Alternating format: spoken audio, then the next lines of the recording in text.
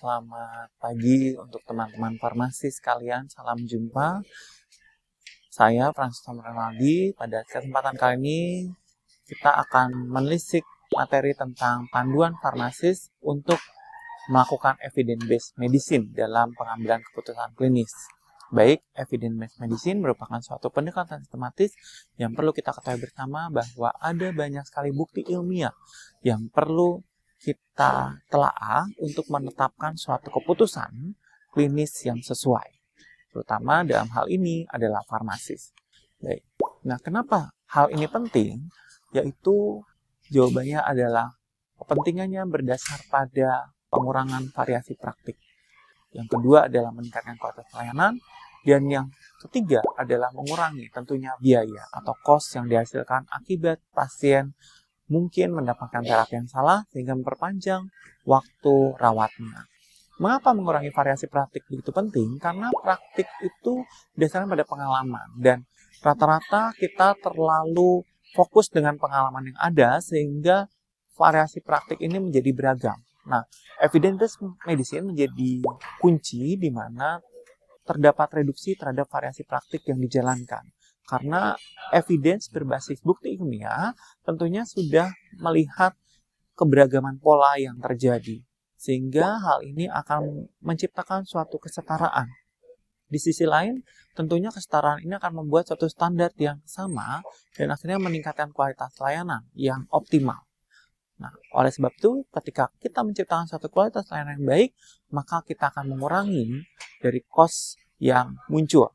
Bisa saja cost itu berupa cost karena pasien itu memiliki waktu rawat yang panjang atau bisa jadi cost yang salah karena ada terapi yang mungkin inefisien atau tidak dipakai selama periode mereka dirawat.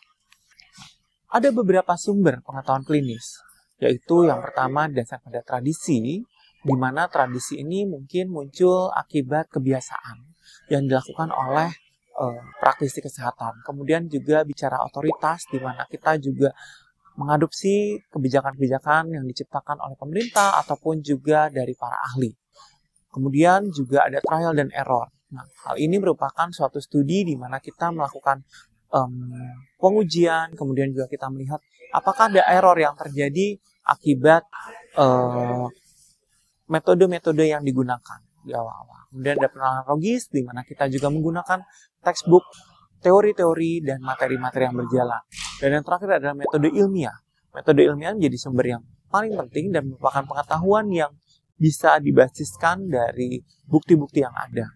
Tradisi, otoritas, trial, error, dan penelitian logis biasanya menjadi suatu komprehensif dalam metode ilmiah, dan itu merupakan suatu pembuktian dari keempat metode di atas.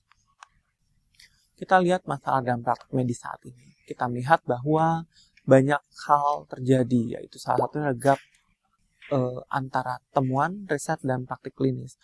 Gap tersebut merupakan suatu kesenjangan yang terjadi antara pasien-pasien yang kita lihat di lapangan dengan teori-teori yang mungkin kita dapatkan di perkuliahan. Kemudian ada variasi pola praktik akibat dari pengalaman dari berbagai praktisi kesehatan yang memang hasilnya mungkin berbeda antara satu praktisi dengan praktisi lainnya. Berikutnya adalah pengetahuan ilmiah yang tidak secara optimal dimiliki seragam antara praktisi kesehatan. Nah, ini tentunya bisa terjadi akibat adanya standar yang berbeda antara praktisi satu dan lainnya. Kemudian proses EBM yang ada mungkin terlalu kompleks sehingga makan waktu, di mana alur yang berjenjang itu mengakibatkan proses EBM ini berjalan tidak optimal. Itu ada 5 langkah yang bisa kita lakukan untuk melakukan proses evidence-based medicine. Yaitu yang pertama adalah bagaimana kita melihat langkah pertama adalah pernyataan klinis. Ya, kita melakukan definisi terhadap pernyataan-pernyataan dari pertanyaan-pertanyaan muncul secara klinis. Yang berikutnya adalah kita mencari informasi secara lengkap dari berbagai sumber yang ada. Kemudian berikutnya kita mengevaluasi apakah sumber-sumber tersebut valid. Kita melakukan validasi terhadap sumber-sumber yang ada. Kemudian berikutnya adalah kategori dari kualitas sumbernya, di mana memang ada sumber-sumber yang mungkin kita rasa dia memiliki metode ilmiah yang sesuai, ada juga sumber yang perlu dipertanyakan lebih dalam secara kritis apakah metode ilmiah yang digunakan sudah benar. Dan yang kelima adalah kita mengembangkan rekomendasi yang mungkin ada. Bisa saja rekomendasi yang dimunculkan dari metode ilmiah pada sumber-sumber ilmiah tadi belum bisa mengadopsi pada kondisi nyata di lapangan. Bagaimana kita mendefinisikan pertanyaan klinis?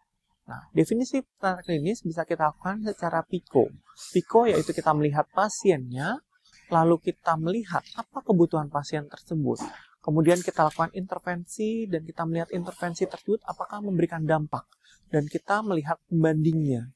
Nah, setelah kita lakukan pembandingan terhadap beberapa sumber, ataupun juga mungkin beberapa rekomendasi, kita melihat outcome, hasil dari PICO tersebut. Setelah kita mendefinisikan pertanyaan klinis yang timbul akibat suatu case yang terjadi di lapangan. Setelah pertanyaan klinis muncul, ya, kita bisa melihat bagaimana PICO itu berjalan. Nah, penerapan PICO bisa kita contohkan misalnya pada kasus insulin injeksi. Pasien diberikan misalnya pada kasus diabetes tipe 1 atau 2, mereka diberikan insulin secara injeksi. Nah, pada kasus ini kita melihat apakah insulin non-injeksi bisa diberikan. Nah, maka kita perlu melihat pembandingnya. Adakah suatu masalah ketika kita menggunakan insulin-insulin yang biasa dengan yang mungkin kita katakan insulin yang non-injeksi atau non-invasif. Nah, kontrol glikemik merupakan outcome yang perlu kita lihat terhadap perbandingan dua problem ini. Jadi kita bisa melihat apakah ada, misalnya kita punya insulin, katakanlah insulin yang biasa sifatnya invasif secara intramuskular.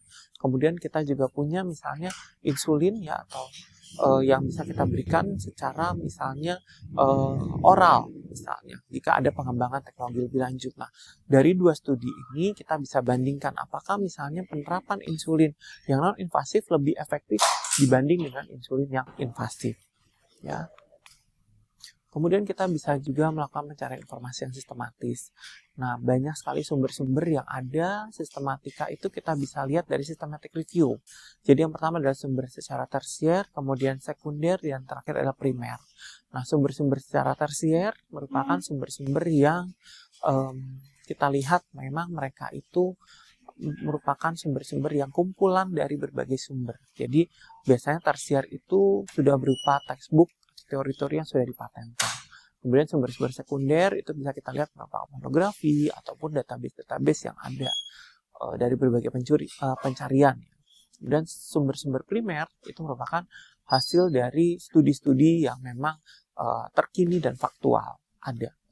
Nah, kemudian bagaimana kita melakukan ya pencarian sumber tersebut. Nah, berbagai artikel atau literatur itu merupakan kunci dari EBM untuk teknik ini. Nah, pencarian itu bisa kita lakukan melalui berbagai sumber, apalagi sekarang kita sudah berhadapan dengan artificial intelligence, di mana kecerdasan buatan ini sudah merangkum berbagai sumber referensi yang tentunya perlu kita telaah lebih dalam. Jadi, selain kita membaca artikel secara detail, kita juga perlu membandingkan apakah yang dicari itu sesuai dengan topik yang ada. Nah, kata kunci perlu kita tekankan dalam hal ini. Pencarian sumber tentu identik dengan kata kunci yang ingin kita cari. Jadi berbagai sumber dari internet, kemudian juga mungkin berbagai buku, itu perlu kita cari kata kunci yang sesuai terutama disandingkan dengan kasus yang ada. Nah, berikutnya adalah bagaimana kita mempertimbangkan evaluasi dari literatur yang ada. Tentu literatur yang beragam tadi perlu kita efisiensikan, mana yang sesuai. Nah, yang pertama adalah power ya. Apa sih yang menjadi powerful? Apakah artikel ini sesuai dengan kondisi lapangan? Itu perlu kita cocokkan kembali. Kita baca kembali case demi case, kemudian kita baca kembali literatur review yang ada, kita baca kembali simpulannya. Itu biasanya kita akan melihat apakah si artikel ini sesuai apa tidak dengan kasus yang kita hadapi. Kemudian juga kita bisa lihat dari segi pengobatannya, misalnya dosisnya, durasinya, apakah pengujiannya menggunakan kriteria infusi dan eksekusi yang sesuai. Kemudian juga bagaimana kita memblind atau kita melihat apakah parameter pembandingnya sudah sesuai atau belum. Jangan sampai mereka menggunakan data yang seragam yang tujuannya itu sudah dilihat memang di awal bukan untuk membandingkan, tapi untuk mempromosikan sesuatu. Itu bisa jadi ada conflict of interest di dalamnya. Dan itu tentunya perlu kita kaji secara objektif. Nah, ada lagi pertimbangan yang lain, yaitu cara randomisasi. Randomisasi itu bisa lebih dipercaya daripada subjek penelitian itu terkontrol atau sudah ditentukan di awal. Randomisasi tentunya bisa membuat suatu penelitian menjadi lebih valid, di mana kalau penelitian tersebut memiliki data yang begitu besar sampelnya. Kemudian uji statistik kita melihat signifikansi dari uji yang ada, kemudian pengukurannya, dan yang terakhir adalah bagaimana simpulan bisa menjawab dari tujuan penelitian itu sendiri. Nah, bagaimana sih memahami power dalam studi klinis ya? Power itu kita nyatakan sebagai suatu standar, di mana power itu bisa kita lihat kekuatan dari ujinya sendiri. Kalau misalnya suatu pengujian itu signifikan, dengan sampel yang besar dan beragam, tentu akan bisa memiliki power yang lebih tinggi ketimbang sampel yang sedikit. Nah, kita melihat skenario power ya. Jadi power dari suatu penelitian itu bisa kita lihat memang dari uji statistik. Tapi uji statistik muncul dari data-data yang ada. Maka kita bisa melihat data-data itu betul-betul dikumpulkan atau tidak. Betul-betul diperoleh dari kelompok yang memang sesuai atau tidak. Ada kelompok uji dan ada kelompok kontrol. Nah, berapa banyak jumlah sampel dalam setiap kelompok itu merupakan pertimbangan besar bagaimana suatu penelitian memiliki power yang besar pula. Nah, power tidak bisa tercapai kalau misalnya memang tidak ada perbedaan antara kelompok uji dan kelompok kontrol. Nah, kita juga perlu melihat apakah tipe data dan uji statistik yang digunakan. Data-data ada berbagai macam.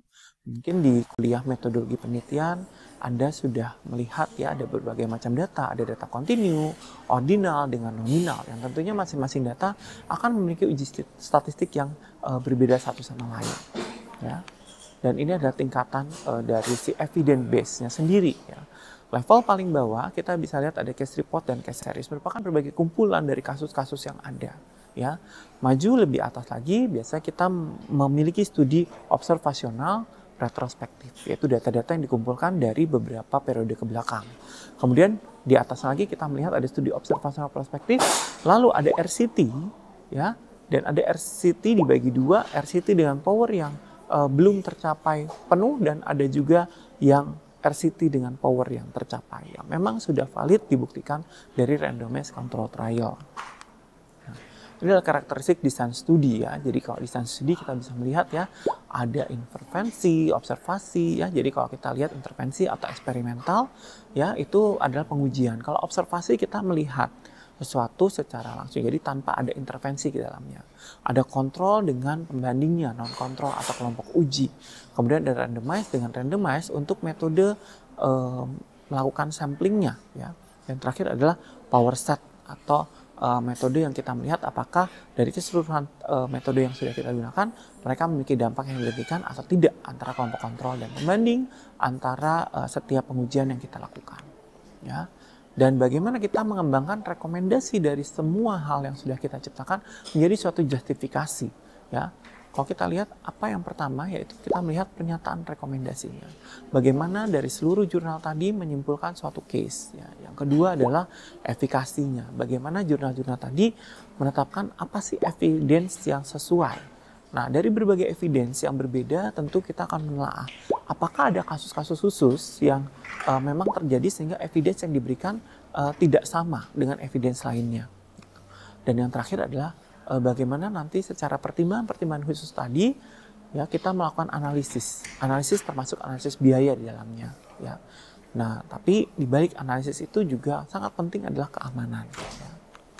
Nah, kualitas bukti merupakan suatu kombinasi dari desain studi dan atribut kunci ya. Karakteristik dari desain spesifik yang randomized, yang kelompok kontrol dan pembandingnya sejalan, kemudian ukuran sampel yang cukup besar, keragaman data yang kompleks, tentunya akan cukup bisa membuat suatu power yang tinggi, ya, di mana atribut kunci dari 10 pertimbangan utama tadi perlu kita perhatikan tahap demi tahapnya.